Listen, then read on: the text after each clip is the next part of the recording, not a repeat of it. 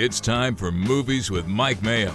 Our film critic Mike Mayo is serving up fresh reviews of the latest blockbusters, classics you might have forgotten, and listener requests. Movies with Mike Mayo is brought to you by Jersey Mike Subs on Wards Road, Lakeside Drive, and Timberlake Road in Lynchburg.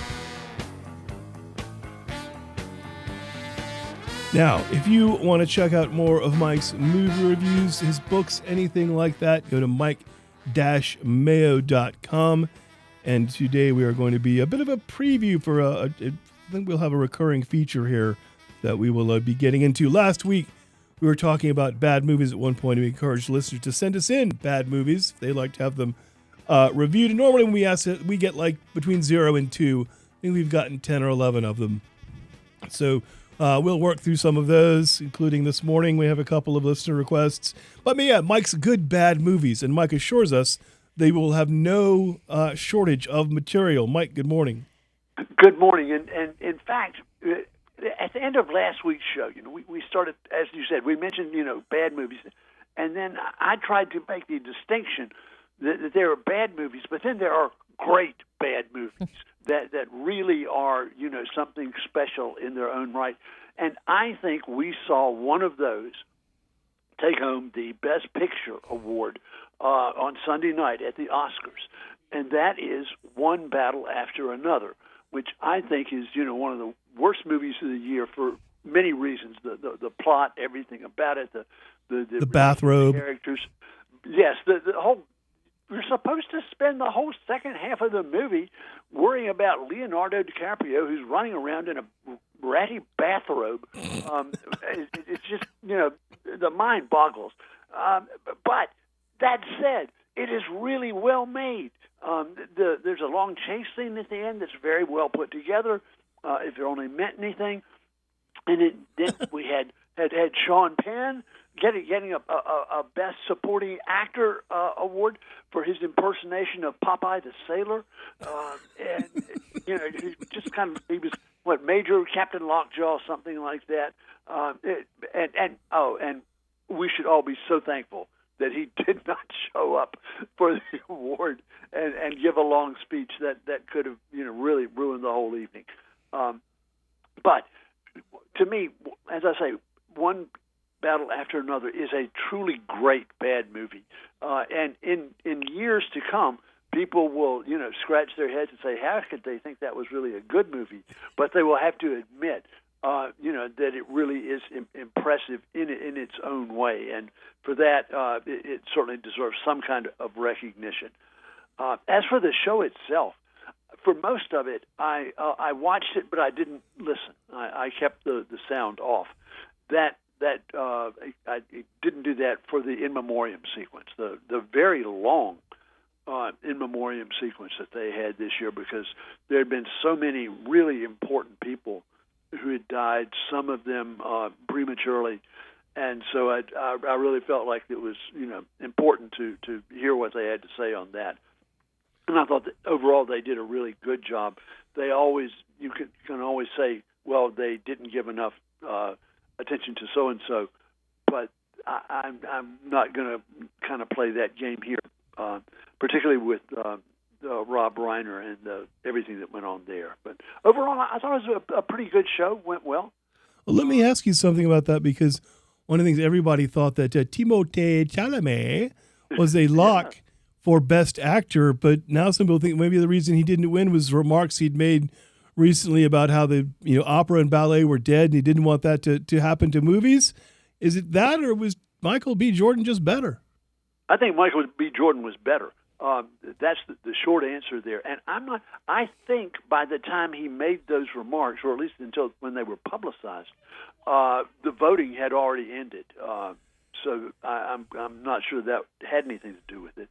But as it happens on Sunday, I showed Sinners again at a clubhouse for some friends of mine, and really was just knocked out by Michael B. Jordan's dual performance as the twins Smoke and Stack. Really carefully shaded difference between those two.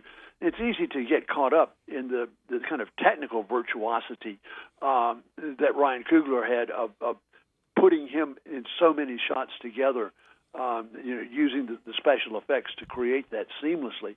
But I thought Jordan's work in differentiating those two characters was just so good, and I just appreciated that more the second time around. And the first time I watched the movie, I was just impressed by the plot, the way everything worked. But I really focused more on him and the other characters in it, and just, boy, that is a good movie. I have seen it twice now. I hope I can take another look at it sometime soon, because it is a movie that richly deserves rewatching. The other thing that kind of surprised me about the Oscar show was how they started with that long opening silly bit about the movie Weapons, which shows that somehow they recognize that this is not just a genre film. It was very popular. It was made a lot of money, and Amy Madigan, let's say, well-deserved Best Supporting Actress for her role in it.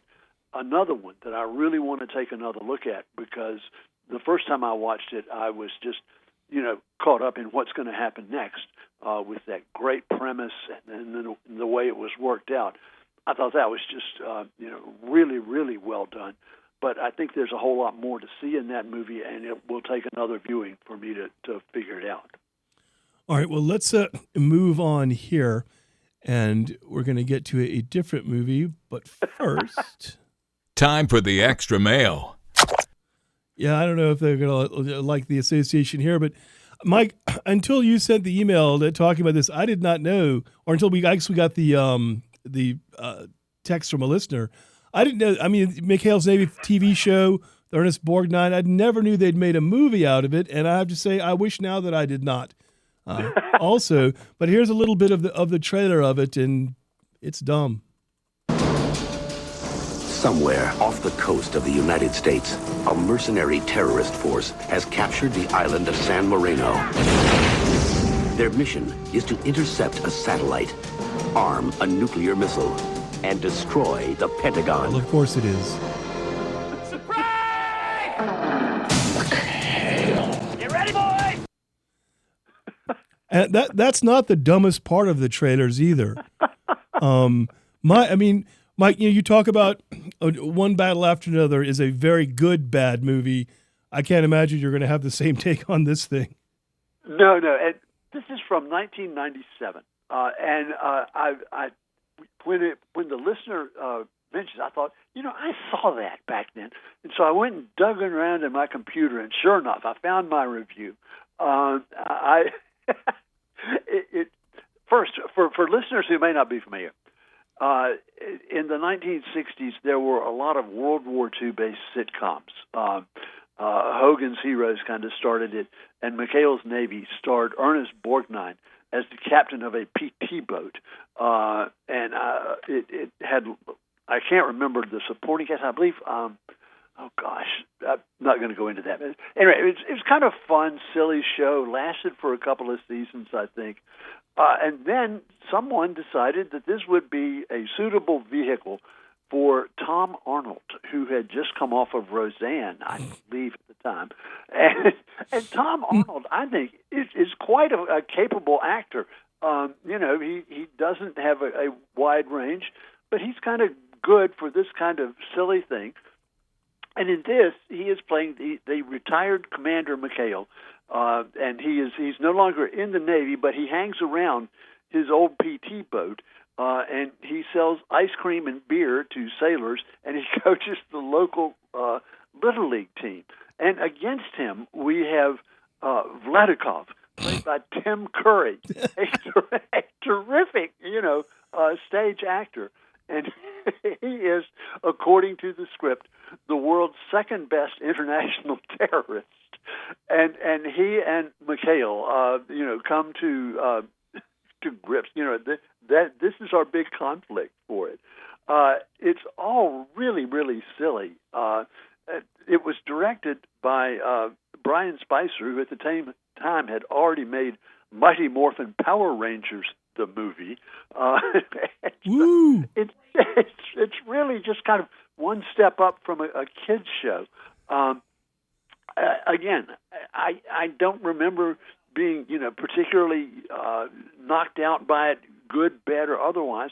But this shows us that there really are differences between just bad movies, where they were trying to do too much, where they didn't have the budget to do it, or movies that really aspire to something else and then fail spectacularly.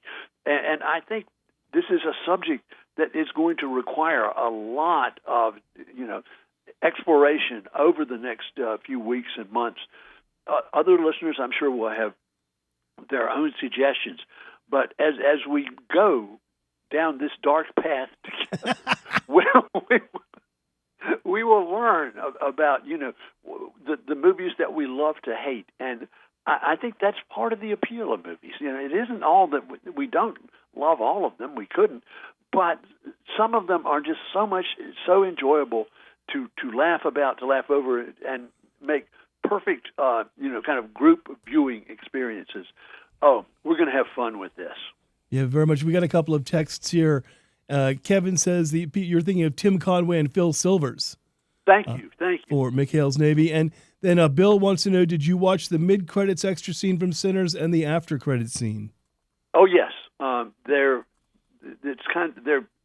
It's weird the way the movie ends. The credits start, but then there's still a lot more movie to go.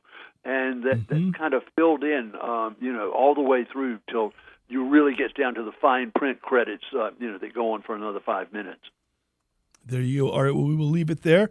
And Mike, thank you very much. We look forward to talking about some good, bad movies in the coming weeks. We will. Take care.